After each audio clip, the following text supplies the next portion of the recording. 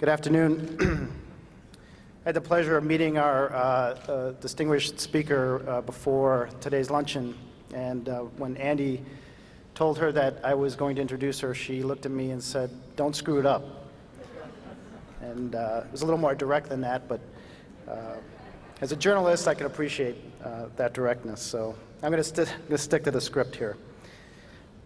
It's my pleasure to be here today to support the work of the BGA, our main investigative partner, and of course, Lara Logan and 60 Minutes, as well as CBS.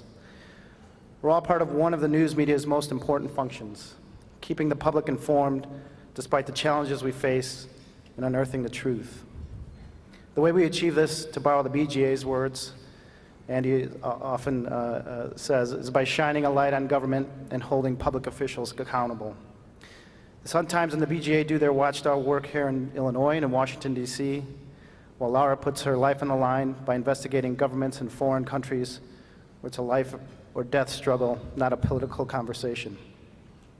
We watched Lara cover the toppling of Saddam's regime in Iraq, the Arab Spring in the Middle East, and the battle against al-Qaeda and the Taliban in Afghanistan. Her latest story on Afghanistan ran on Sunday to kick off the 45th season of 60 Minutes, and she's here to share her insights with us today. For that, we thank Lara and all of our friends at CBS News. She is a native of South Africa, a mother of 2 small children. They live in Washington, D.C., and she is, without question, one of the most courageous and intrepid reporters in the world. Please join me in welcoming 60 Minutes correspondent and CBS News Chief Foreign Correspondent, Lara Logan.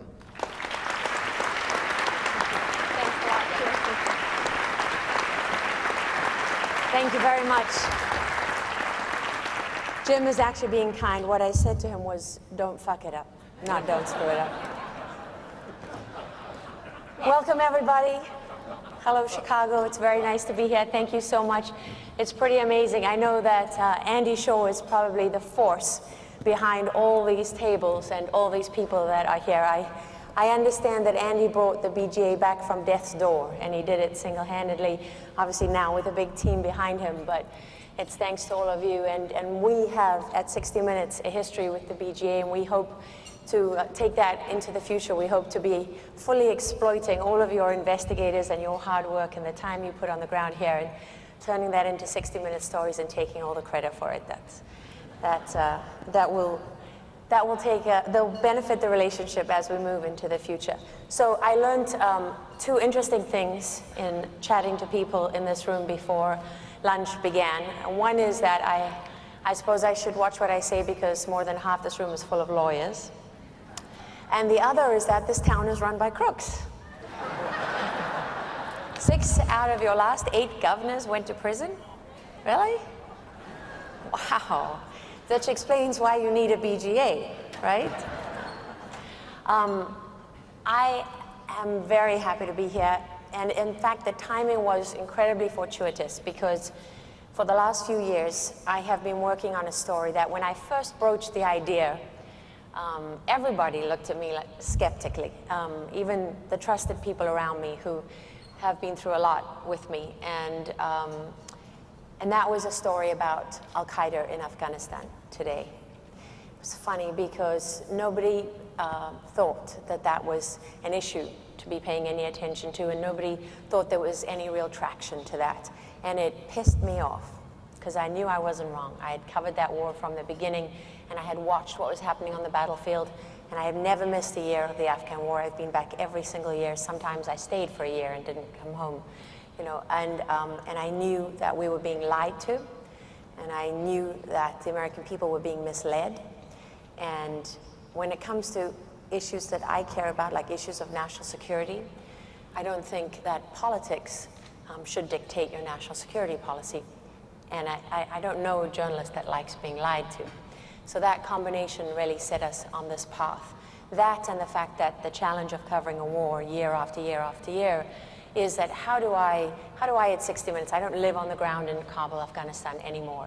I don't have the benefit of that time there and being able to develop stories and break news.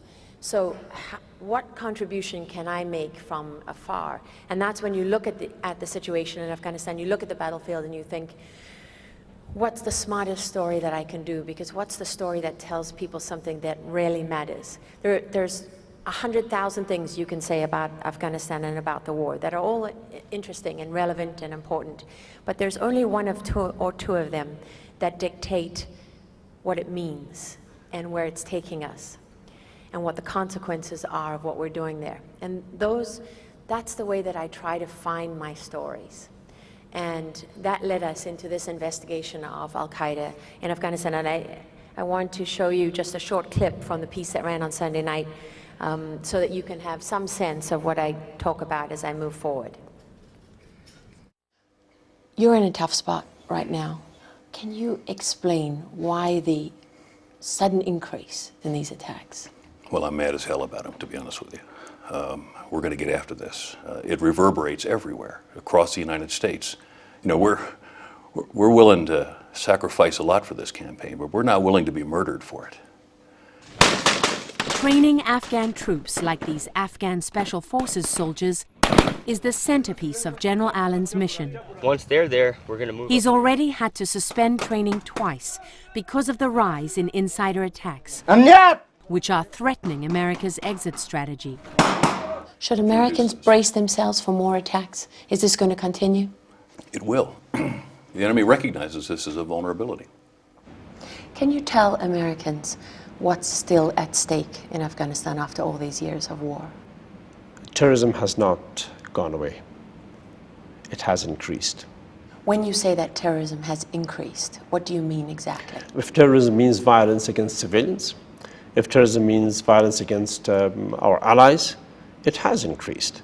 It has not abated. It has not gone away.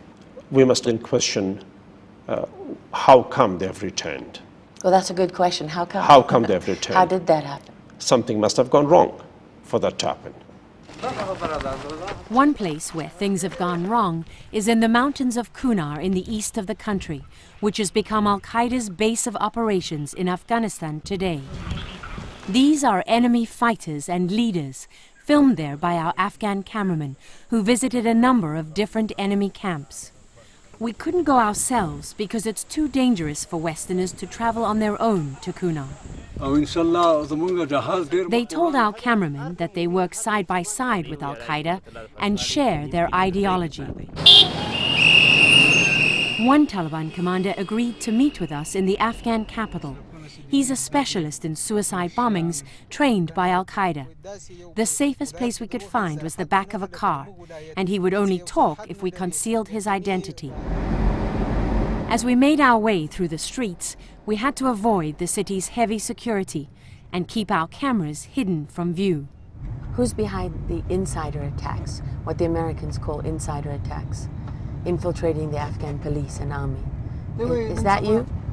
These are Taliban attacks. This is part of our new military strategy. We have our people in the Afghan police and the army, and the orders come from the top. Enemy fighters from the Afghan battlefield have enjoyed freedom and sanctuary on Pakistani soil since the beginning of the war. Your deadliest enemies on the Afghan battlefield have complete freedom of movement inside Pakistan, with the blessing of the Pakistanis. And every commander that sat in your shoes has had to try and build a relationship and go through the same motions time and time again. And the effect on the battlefield remains exactly the same. American soldiers continue to die because of the support Pakistan gives to America's enemies. You just stated the truth.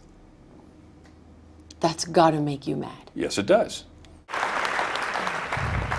So why did that story matter, and why did we choose to do that particular story? Well, for a number of reasons, but particularly because if Al-Qaeda was truly what drew us to Afghanistan after 9/11, then it was we felt it was a fair and legitimate question to be asking of American leaders. What is the state of Al-Qaeda in Afghanistan? And you would have heard bandied around the number 50 all the time. The head of the CIA, other people, officials in the administration, love to tell us today that there are only 50 Al-Qaeda left in Afghanistan, and the impression that we're given is that they're one drone strike away from obliteration. And That's just simply not true. They know it's not true. And what we had to do was to set about investigating it to discover what was the truth. And we had to be very careful about that, because there is a distinction between investigating something to find out what the real situation is and trying to prove something that you believe is true. And those are two very different things, and the second one is a very dangerous thing. And it's the enemy of great journalism. And it's a trap that it's very easy to fall into. And in fact, it was my boss, Jeff Fager, who kindly reminded me of that at a certain point in the process here. And as usual, he was absolutely right. And we didn't need to prove anything because it was so evident. So how did we set about doing that? Well, of course, we turned to the official record, and that meant reading, and researching everything that anyone in the administration or a position of authority had to say about al-Qaeda in Afghanistan over the last few years. Fortunately, I read just about everything on a daily basis, so I stay on top of a lot of that, and that is not hard. I think having areas, having beat reporters exist for a reason, right? I mean, beat reporting is a great thing, because there's nothing like that institutional knowledge and that depth of knowledge over time, and that gut feeling that you have that tells you when someone's full of shit and when they're not, and what you should be concentrating on and what you shouldn't, to guide you in doing real, true investigative work.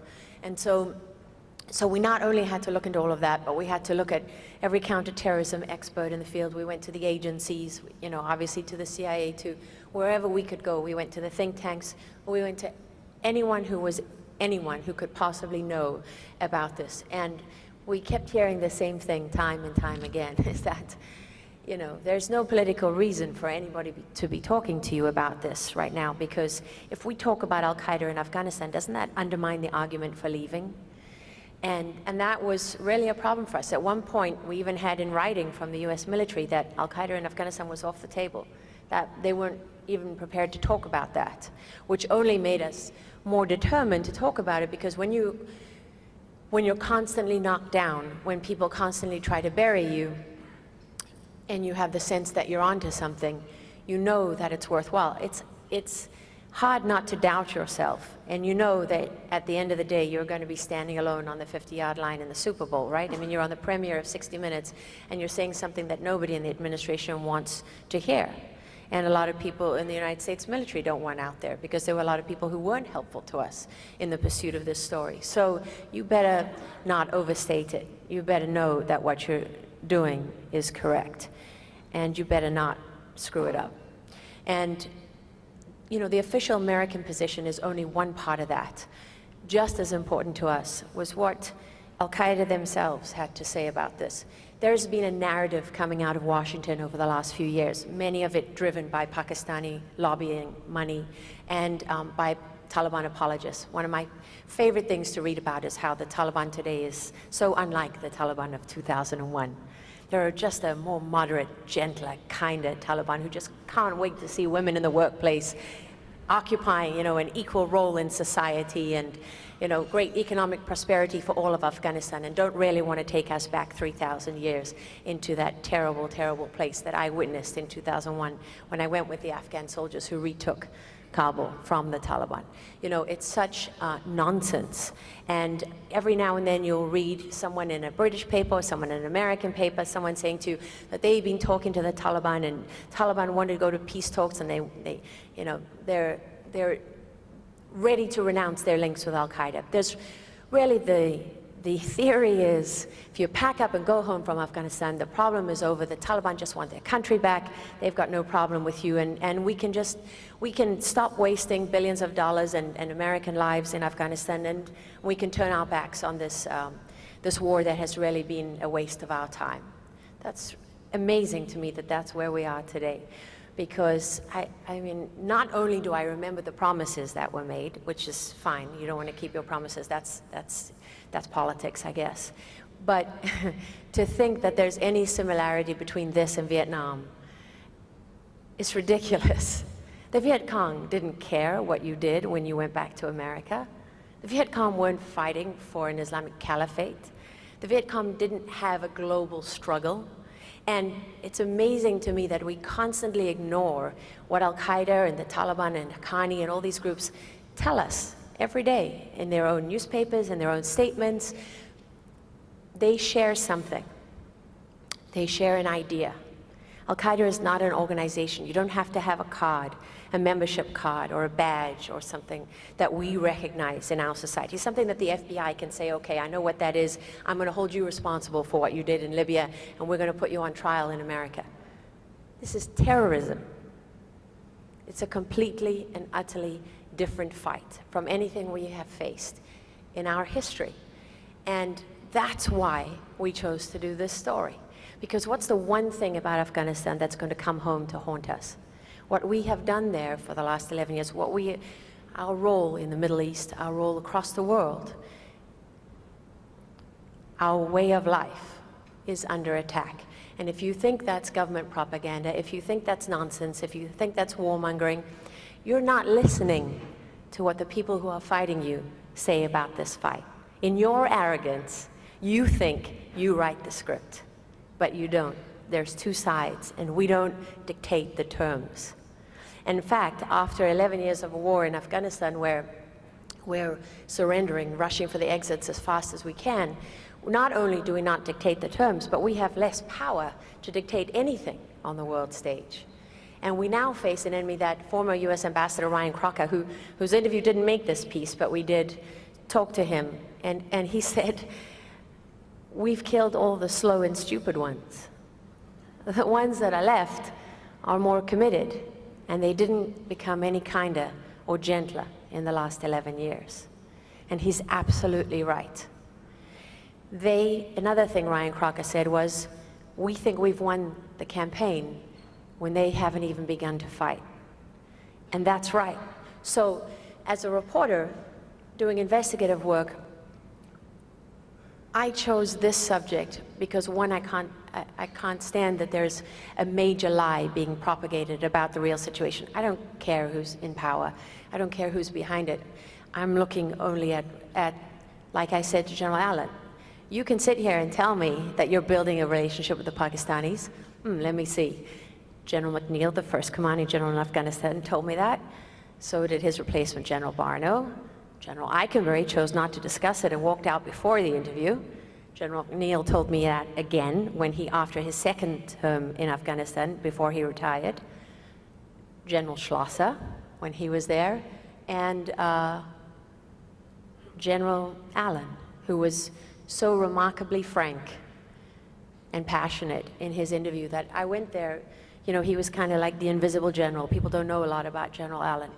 But I walked away from that interview thinking, if my son was in the United States military in Afghanistan, I would probably want him to have a leader like that, because he had the courage of his convictions. And what you didn't see in that story is him at the end saying, where I said to him, I get the feeling, General, this is personal to you.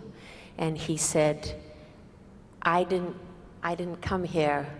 I came here fully expecting this would be the last job that I ever did. This is completely consuming. I almost can't remember ever having been anywhere else. And what's amazing to me is we ask that of people, and we send them to war, and we send people to die.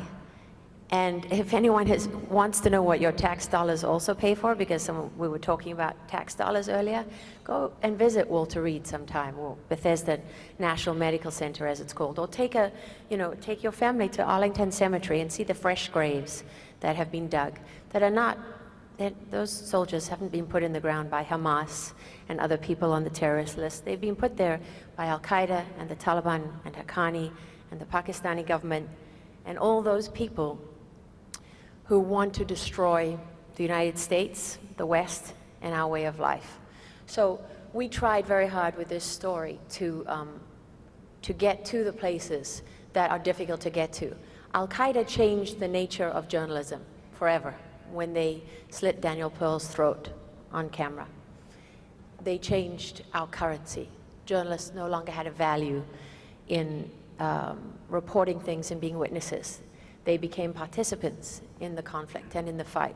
If Osama bin Laden wanted to get his message out, he didn't need to sit down with 60 Minutes. He had any number of jihadi forums, his Al-Sahab, his own magazine, and Arabic news channels to send his tapes to.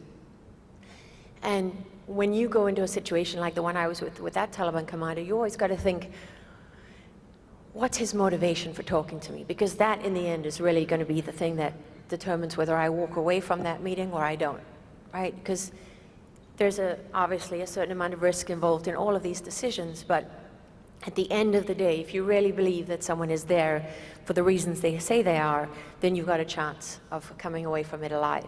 And in fact, that particular commander I had met before, back in 2006 when he was a fighter. And I went and embedded with the Taliban in Ghazni, just south of Kabul. Less than a mile from a US base, I was with like 300 Taliban fighters back in 2006. Before we even admitted that the insurgency was back. And I say insurgency like that because the Taliban was a government in power, and they're fighting to get back in power. They don't see themselves as insurgents. It's a very important distinction. And for me, if you fail to identify the ideological component to this fight, if you fail to identify what your enemy is really fighting for, if you lie about who they really are, I don't see how you can possibly have the right strategy. And what we wanted to do was to leave people with a sense of something that mattered, something that is going to resonate, something that I honestly believe will come back to haunt us. As it did before. It's almost like Groundhog Day in Afghanistan. That, just as Charlie Wilson's war, right? Charlie Wilson said, if you turn your back on Afghanistan now, you're going to pay a price. And we didn't believe them. And then there was 9/11.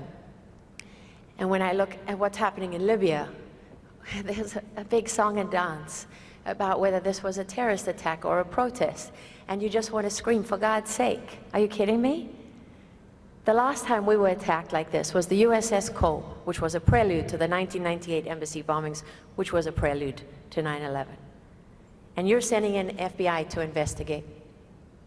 I hope to God that you're sending in your best clandestine warriors who are going to exact revenge and let the world know that the United States will not be attacked on its own soil, that its ambassadors will not be murdered, and the United States will not stand by and do nothing about it.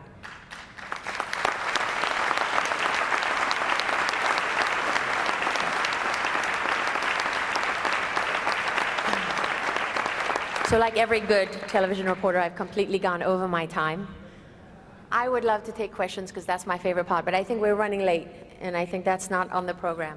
I really want to say thank you very much. What you do here at the BGA is so important. I, as a South African, witnessed a fight for freedom and justice and equality and all the things that are enshrined in the US Constitution. South Africa's Constitution is based on this one. And I remember my mother complaining shortly after the South African elections about corruption in the government and that kind of thing. And I remember turning to her and saying, what have you done about it, Mom? Because that's the way a democracy works. If you don't hold your leaders accountable, there is no democracy.